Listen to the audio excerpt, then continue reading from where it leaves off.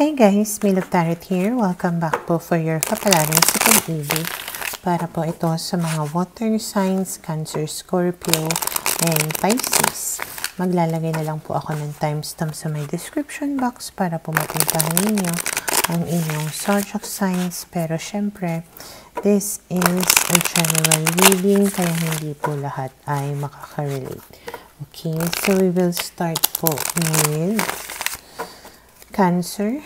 Ano kaya yung posibleng pagdaraanan ng mga Cancer sa mga susunod na mga araw? So we have here the 5 of Cups, the 6 of Cups, and the 8 of Pentacles, and the 2 of Pentacles. Okay. So based sa mga barahan na to, maaaring makaramdam kayo ng kalungkutan sa mga susunod na mga araw. Okay, pero after nitong kalungkutan na ito, maaaring merong makipagbati sa inyo, makipag-ayos. Okay, this can be someone who is far away from you. Okay, kung hindi man malayo itong tao na to, maaaring hindi ka prioritize nitong tao na to, naging busy siya, ganyan. Kaya siguro nagkaroon ng delay yung pakikipagbati niya sa iyo. Okay? And then we have here the 7 of Wands, the King of Wands, the 2 of Cups, and the Knight of Wands. Malaki yung chance na yung tao na ito ay fire sign. Okay? So, base sa mga barahan na to, mukhang desidido naman siya na makipag-ayos sa'yo. Okay? Mukhang mahal ka rin naman niya. Parang same kayo ng nararamdaman para sa isa't isa. Punong-puno siya dito ng determination or passion to really work things out with you. Medyo nakikita ko lang din dito yung pagiging stubborn mo siguro. Pero maaaring unti-unti niya yon na unti-unti kanyang palalambutin. Okay? So, we have here the 3 of Pentacles. Again, trying to work things out. And then we have here the Ace of Swords. Maaaring maging open yung communication ninyo sa isa't isa. Magiging honest kayo. Or parang making things clear between the two of you. Parang mas vocal kayo sa kung ano yung naiisip at nararamdaman nyo para maisaayos talaga ng maigi whatever ng problema yung nangyari sa inyong dalawa. And then we have here the 3 of Cups. Again, reunion. Pareho sila. Reunion, reconciliation. And this one is pareho lang din, which is trying to work things out. Okay, so we have here the 6 of Pentacles. So, mas bukod sa open yung communication ninyo sa isa't isa, mas nagiging understanding kayo with each other, mas nagiging mapagbigay kayo sa isa't isa. Parang sinusuklian ninyo ang kung ano man yung ginagawa ninyo. Okay, mas nagiging appreciative kayo, mas nagiging giving kayo, ganyan. Parang kumbaga nagkakaroon nga talaga ng give and take sa relationship ninyo. Okay, and then we have here the 2 of Wands. Ibig sabihin, may potential or kumbaga merong possibility of this connection to have a good future, good partnership, ganyan. And then we have here the 6 of Wands. So, you will really feel very happy sa mga susunod na mga araw. Talagang feel mo na naibibigay sa'yo lahat ng attention, love na kailangan mo. Okay? Talagang you feel very appreciated, ganyan. And, maaaring yun din yung gawin mo sa partner mo.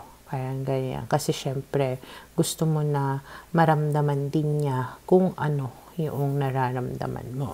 So, itong card na ito lang yung hindi maganda, na at first talagang makakaramdam ka ng lungkot, which will eventually disappear. Okay? Kasi lalong na kung talagang ipapakita niya sa'yo yung kagustuhan niya, yung determination niya to make things work out with you. Okay? So, ito yung nakikita ko na posibleng mangyari sa mga Cancer. Para sa mga Scorpio, okay, we will see kung ano yung posibleng pagdaraanan ng mga Scorpio sa mga susunod na mga araw.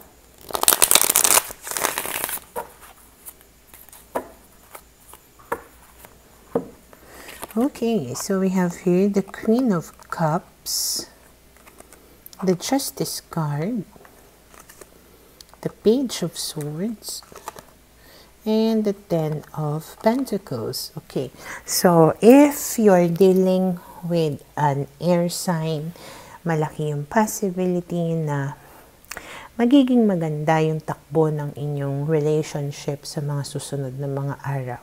Talagang parang you feel very loved here. You feel like you are getting what you want and deserve from this person. And maaaring maging kalmado, maaaring maging kontento ka, satisfied ka sa inyong connection sa mga susunod na mga araw. And this can be because mas nagiging honest siguro sa'yo itong tao na to, or maybe may mga inaamin siya sa'yo, may mga sinasabi siya sa'yo na hindi niya nasasabi noon. Parang may katotohanan na sasabihin siya sa'yo, which will make you feel at ease and which will make you feel na, okay, mahal talaga ako nitong tao na to. Sinasabi niya sa akin itong mga bagay na to. Open siya sa akin, honest siya sa akin. Okay, kaya parang lahat ng mga doubts mo, lahat ng mga pinag-aalala mo, pinoproblema mo before, it can actually disappear. Kaya yung connection ninyo mas magiging parang mas secured ka, mas kampante ka. Okay?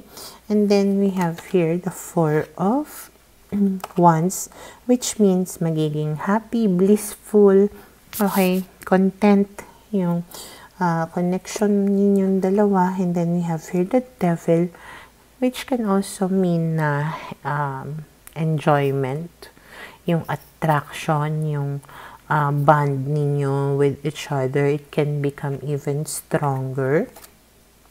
And then we have here the Two of Pentacles, and then the Eight of Wands. Okay, so parang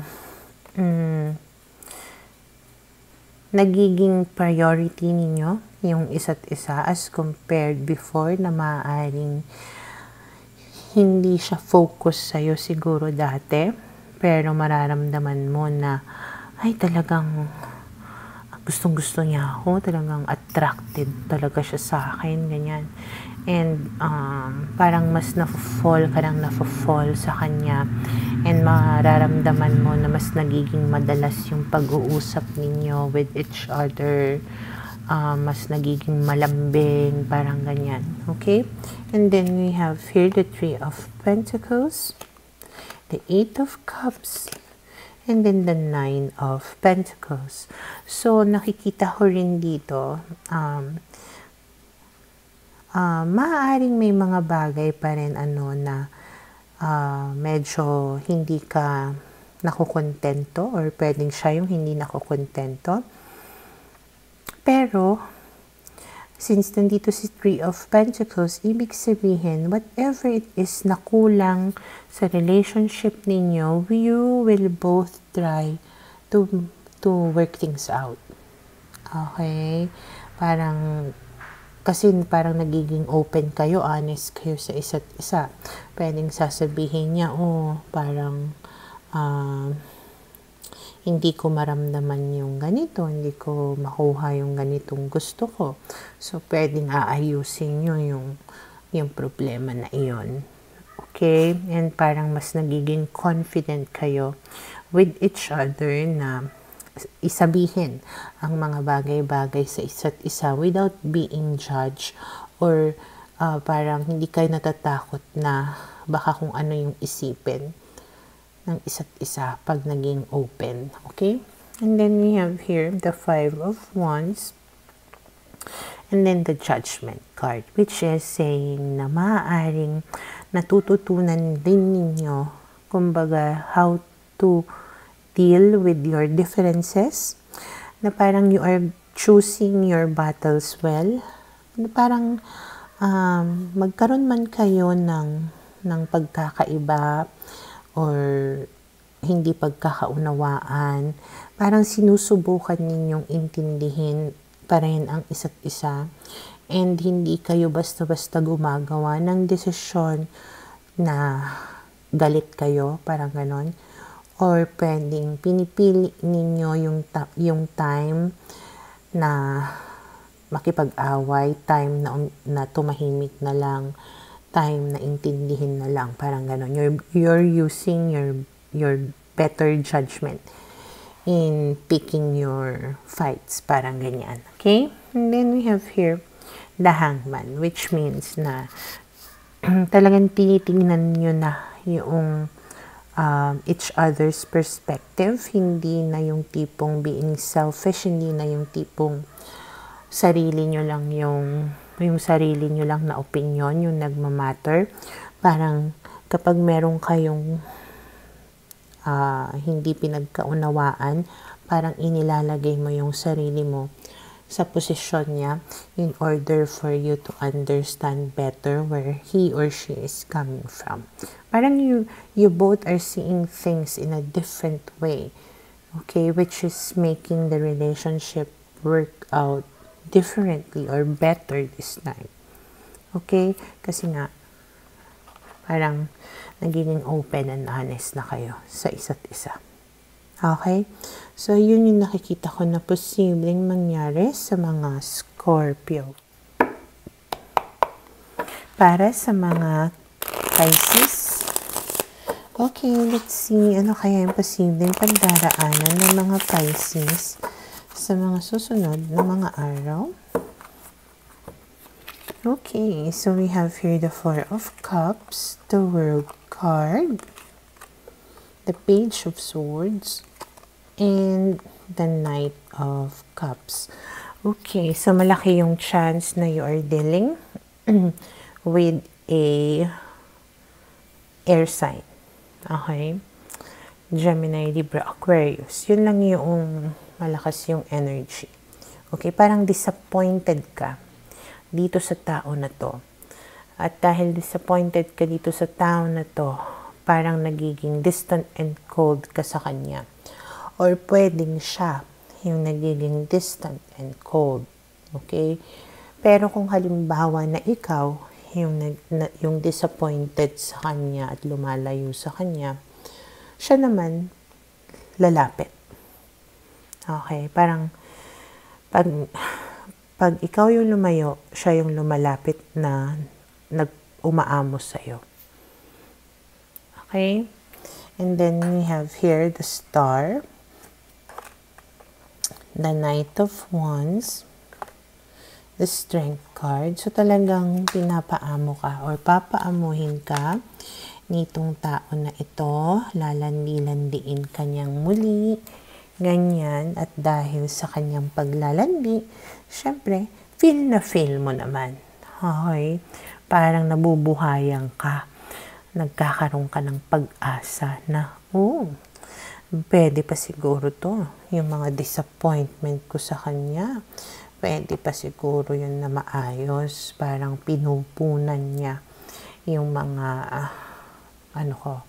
yung mga hinahanap-hanap ko. Parang ganyan. Okay? And then we have here the 7 of Pentacles, and we have here the 6 of Wands. Okay. Ang nakikita ko lang dito, medyo may pagkabagal lang talagang kumilos itong tao na to. It's like you always need to give a hint parang kailangan mo talagang mag-inarte, alam mo yun, para ibigay niya sa'yo kung ano yung gusto mo. Okay, kaya nga siguro yun yung gagawin mo dito eh. Para kang lumalayo, nagtatampo-tampo ka dito sa kanya. Okay, na parang kung kailan na parang inaayawan mo siya, saka siya ngayon maghahabol. Okay. So, medyo mabagal yung usad. Pero, ang maganda dito, kasi si Seven of Pentacles, yan yung parang nagmamaterialize. Kumbaga lahat ng mga pinagtutuunan mo ng panahon, ng pansin, ng effort, pwede itong magkaroon ng magandang kahihinatnan. Yun nga lang, talagang you need to be very, very patient. Tapos, sinamahan pa ni Knight of Pentacles na ang bagal kumilos. So, pwedeng ganun yung person mo. Okay? Yung disappointment mo sa kanya, it's not because hindi niya ibinibigay sa'yo yung gusto mo. It's more of mabagal niyang ibigay sa'yo yung gusto mo. Okay? Pero, ang maganda nga dito, mararamdaman mo sa mga susunod na mga araw na ay gumagawa nga siya ng paraan para ibigay sa akin to. Okay? Parang kumikilos nga siya. Maybe hindi lang talaga instant na talagang alam mo yun, na maibibigay niya lang lahat-lahat sa'yo. But at least you will see na there is an effort. And because of that, maaring you will feel na, okay, love nga talaga ako nitong tao na to. I feel very appreciated. Ganyan. Talagang minibigyan niya ako ng oras, ng panahon, no matter how small, no matter how busy siya, ganyan. At least, merong effort, parang ganyan. Okay? And then, we have here the Ace of Wands. And because of that, mai-ignite na naman yung feelings mo towards him or yung feelings niya or feelings ninyo sa isa't isa. And this will be parang mapusok yung magiging ugnayan ninyo sa mga susunod na mga araw. And we have here the King of Pentacles. Kasi para kang, how do you say it? Na-excite? Na-arouse? Kasi nga parang, nagpapakalalaki na siya this time. Talagang pinaninindigan niya na ako. Parang, wow, ang saya, ang sexy. Parang nagpapakalalaki siya or babae. Okay? Just apply the situation according to your story. Okay? Yung parang nararamdaman mo talaga na nagkukumit na siya sa'yo. Ganyan, nagsiseryoso siya at may ginagawa siya. And it excites you. And then we have here the Ten of Cups. And because of that, maaaring maging masaya kayong dalawa sa mga susunod na mga araw. Maaaring maging kontento ka. Okay? So, ito ay nakikita ko na posibleng mangyari sa mga Pisces.